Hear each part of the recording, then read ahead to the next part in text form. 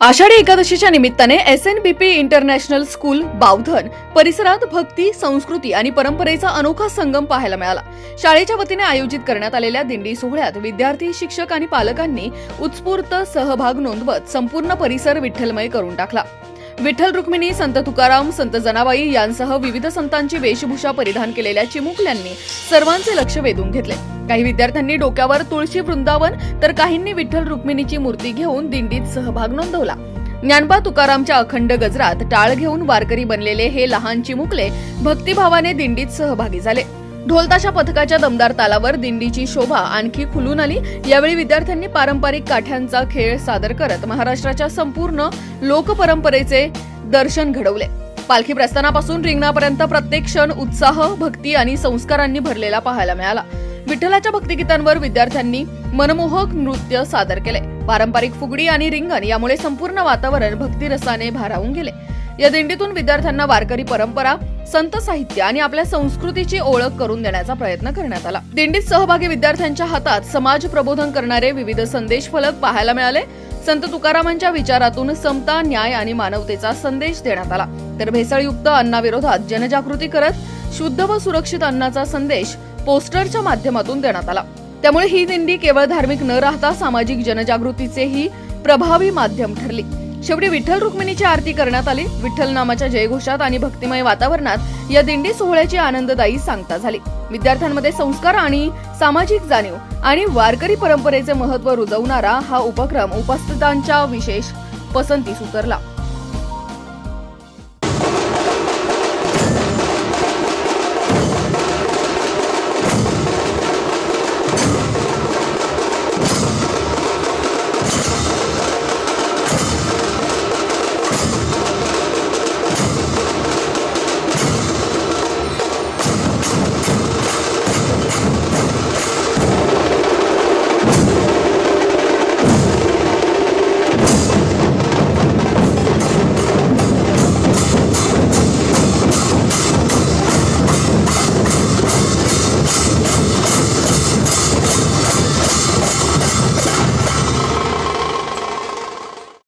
SNBP शाळा ही शाळा एक ॲक्टिव्हिटी बेस्ड शाळा आहे.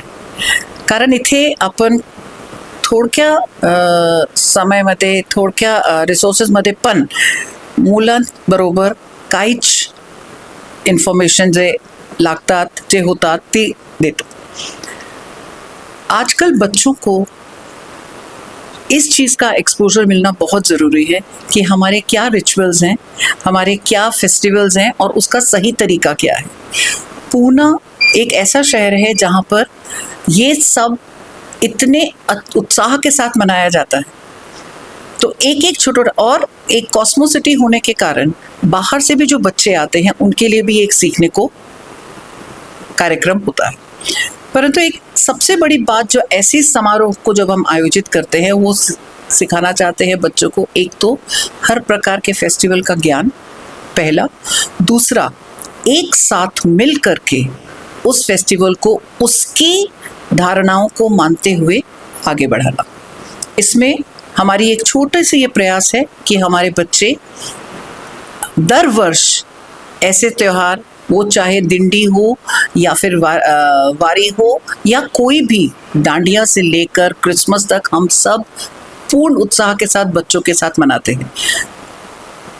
थोड़े से समय में जो स्कूल में है कितना कुछ लेके जा सकते हैं.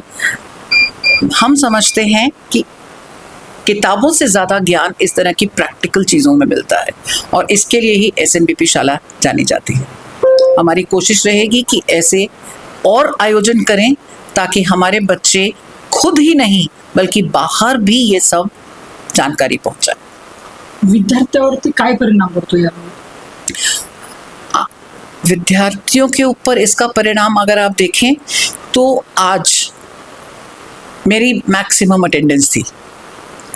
हर बच्चा पूर्ण उत्साह के साथ और पूर्णतया, वो आपने भी देखा होगा कि पूरे वारकरी के अटायर में, यहाँ तक कि वो टोपी पहनी है, नथ डाली है बच्चियों ने, तो उनको वो पूरा का पूरा एक तो समझ में आए और उसके अलावा बच्चों के द्वारा ही जितना भी आपने देखा है विठल रुक्माई की तस्वीरें या हमने बैकड्रॉप जो बनाए हैं या बैनर्स बनाए हैं, ये सब बच्चों का काम है।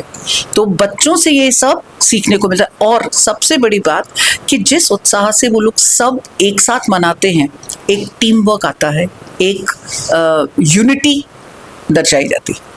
ये हमारा एक छोटा सा प्रयास होता है। अनेक विद्यार्थ्यांच्या हातामध्ये आपण तुकाराम मुंडे यांचे पोस्टर बघितले, नीट बद्दल बघितलं आणि फूड बद्दल सुद्धा काहीतरी विद्यार्थ्यांच्या मार्फत काहीतरी शिकण्यासारखं असं बऱ्याच काही गोष्टी आपण बघितल्या, त्याबद्दल तुम्ही हाँ, जब हम ऐसे किसी आयोजन की शुरुआत करते हैं तो हम हर कक्षा को एक वेन्यू बना करके टीम बनाते हैं। जैसे आप अगर देखेंगे तो मेरे पास कम से कम 25 से 30 विठल रुक्माई के बच्चे थे। हर क्लास को रिप्रेजेंट करने वाला एक विठल और एक रुक्माई था, जो कि वारी के बाद क्लास में जा कर के उनका आपस में आदान प्रदान किए, क्या होता है, कैसे होता है। अगर आप देखें तो इस समय पे चलने वाला प्रसाद वो भी बच्चों ने स्वयं तैयार किया था। प्लस ये छोटे छोटे प्लेटफॉर्म्स होते हैं जिसमें हम बच्चों को पर्यावरण क्या, सोसाइटी क्या, इन सब के बारे में जानकारी उनके द्वारा सोसाइटी तक पहुंचा सकते हैं। तो ये एक थोड़ी सी कोशिश, और आप मानेंगे नहीं, ये सब बच्चों का खुद का किया हुआ है। कहीं पर अध्यापक का काम आपको नहीं दिखेगा।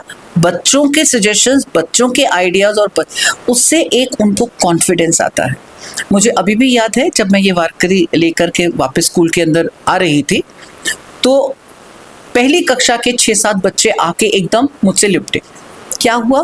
मैम थैंक यू कि हमें इतना अच्छा एक उत्सव देखने को मिला, हमें हमेशा ये याद रहेगा। हमारा दिन सफल हो गया, हमारी पूरी की पूरी जो मेहनत है वो इन 4 शब्दों में सफल हो गई। वारी ही महाराष्ट्राची परंपरा फार वर्षांपासून चालू आहे आणि ही इतकी सुंदर, हा असा इतका सुंदर अनुभव असतो जो आपल्या चिमुकल्यांना SNBP इंटरनॅशनल स्कूल बावधान येथे आपली जी पुढची पिढी आहे, आपल्या चिमुकल्यांना ही जी गोष्ट आहे वारकरींची, पालखीची, ही गोष्ट, ही प्रथा आणि ह्याचे जे अनेक अनुभव आहेत लोकांना, हे सगळं मुलांना सांगणं हे फार फार गरजेचं आहे आणि ही आपली जबाबदारी आहे।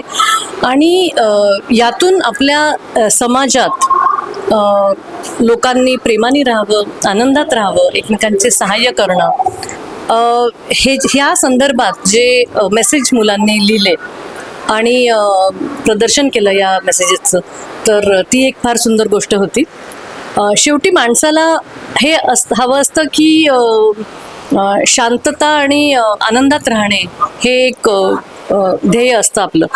आणि मला वाटतं या वारीतून वारकरींना जे अनुभव मिळतात किंवा जे मनाची शांतता, मनापासून आनंद आणि मुलांना पुढे जाऊन आपल्या भविष्यात येणारी जी अडचणी आहे त्यांना सामोरे जाण्यासाठी जे आत्मिक बळ मिळतं ते या वारीतून नक्कीच मिळेल।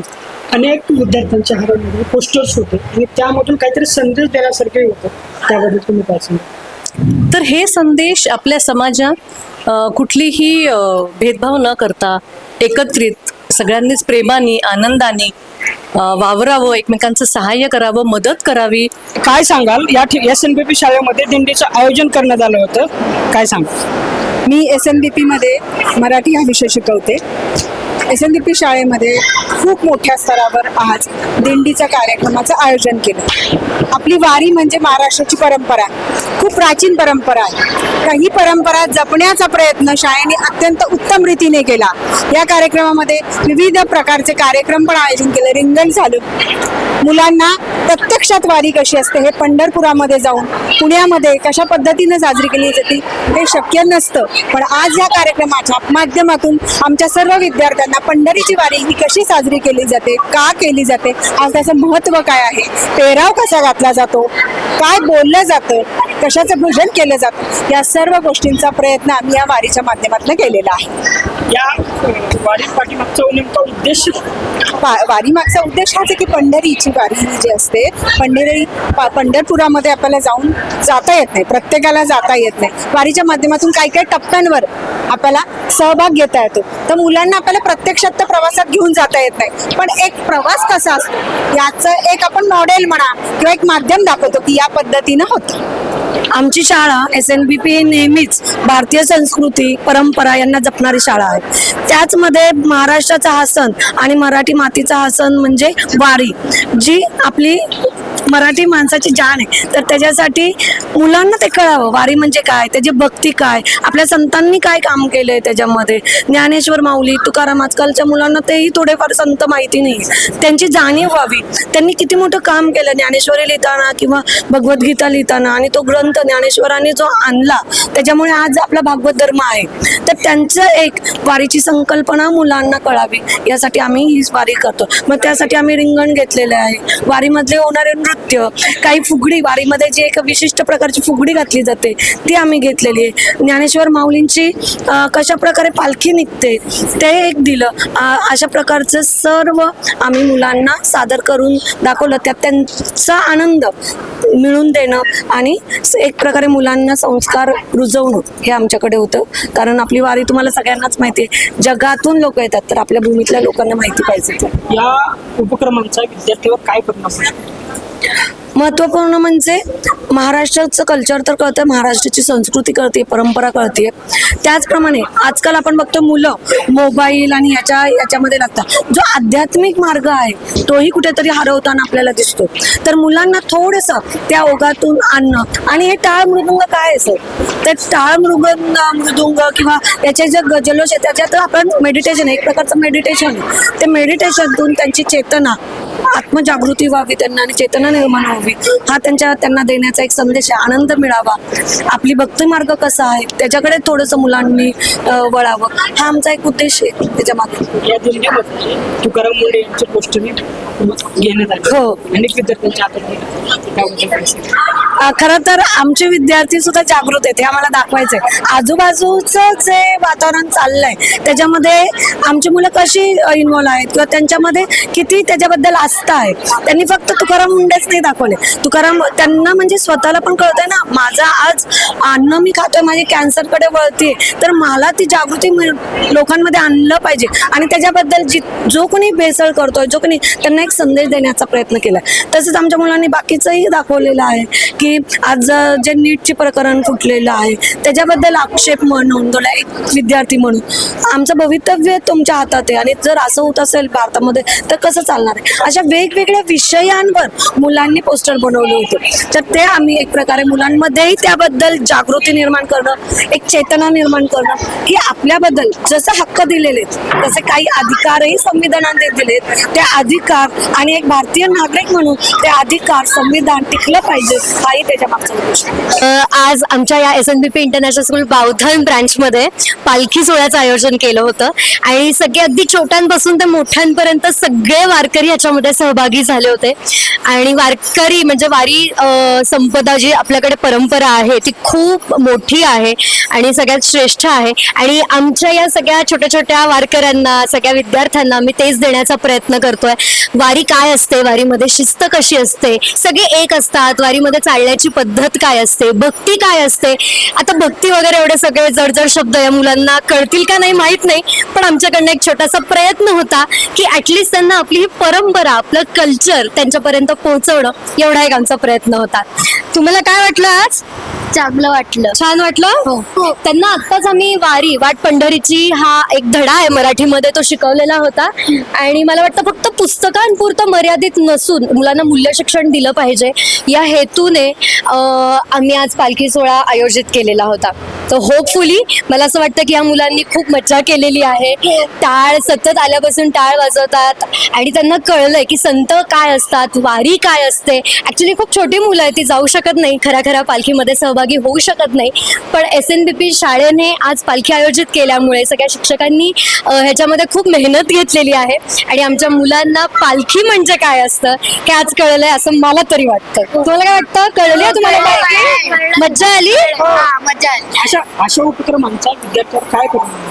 नक्कीच परिणाम होतो. म्हणजे आज मला आल्यापासून मुलं म्हणतात की मॅम आम्हाला आता हे कायम लक्षात राहणार पालखी म्हणजे काय असतं हे आम्ही लक्षात ठेवणार. म्हणजे आपण जसे बाकीचे सण करतो तसं ह्या सणांचं पण महत्व आहे आणि हे मुलांना कळलेलं आहे, त्यांच्यापर्यंत पोहोचलेलं आहे, हे आम्हाला आज दिसतंय. आज घरी जाऊन मुलं त्यांच्या पालकांना सांगतील, आजी आजोबांना सांगतील.